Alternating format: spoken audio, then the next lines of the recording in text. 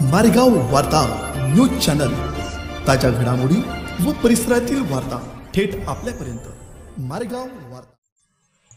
कळंब तहसील कार्यालयात ई-पोज मशिनी जमा, विविध मागण्यांचे दिले निवेदन। कळंब तालुका रास्तभाव धान्य दुकानदार व केरोसिन विक्रेता संघटना यांच्या मार्फत कमिशन वाढ करणे व ई-पास मशीन जमा करून घेणे बाबतचे निवेदन माननीय तहसीलदार कळंब श्री धीरज तुल यांना देण्यात आले। सध्या महागाईच्या काळात मिळणारे कमिशन प्रति क्विंटल 150 रुपये अतिशय कमी असून यामध्ये कुटुंबाचे पालन पोषण करणे अत्यंत अवघड झाले आहे।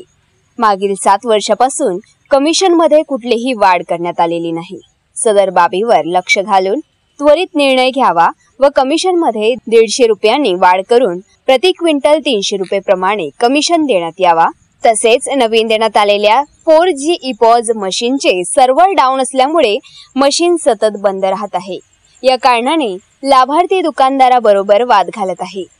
दिनांक 2 ऑगस्ट 2024 ला दिलेल्या पत्रानुसार आपल्या कार्यालयात ई-पॉज मशीन जमा करण्यात येत आहे। जोपर्यंत आमच्या मागण्या पूर्ण होत नाही तोपर्यंत माहे सप्टेंबर 2024 चे धान्य दुकानांमध्ये पाठवण्यात येऊ नये व आमच्या मशीन जमा करून घ्यावी ही विनंती असे आशयाचे निवेदन आज तहसील कार्यालयात देण्यात आले व तहसीलदारांजवळ ई-पॉज मशीनी जमा करण्यात आल्या।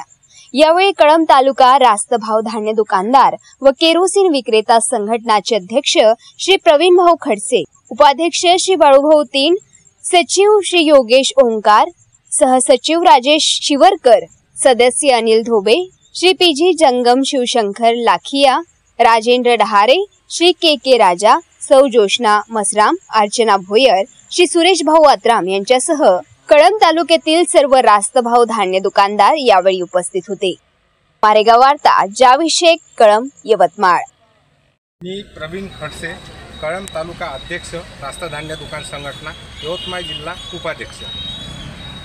कळंब तालुक्यामध्ये आम्ही वॉश मशीन आज दिनांक 5/8/2024 रोजी शासनाकडे जमा करणार आहे, तहसील कार्यालय कळंब येथे। या अगोदर आम्ही तहसीलदार साहेबांना निवेदन मशीन जमा करण्याबाबत निवेदन दिलं आहे का सर आम्ही 5 तारखेला आपल्याकडे मशीन जमा करणार आहे, त्या मशीन आपण जमा करून घ्याव्या। आम्हाला येत्या 20 दिवसापासून ह्या ज्या मशीन आम्हाला शासनाने पुरवल्या आहे 1 महिना अगोदर, ह्या आम्हाला कमीत 20 दिवसापासून खूप त्रास होत आहे।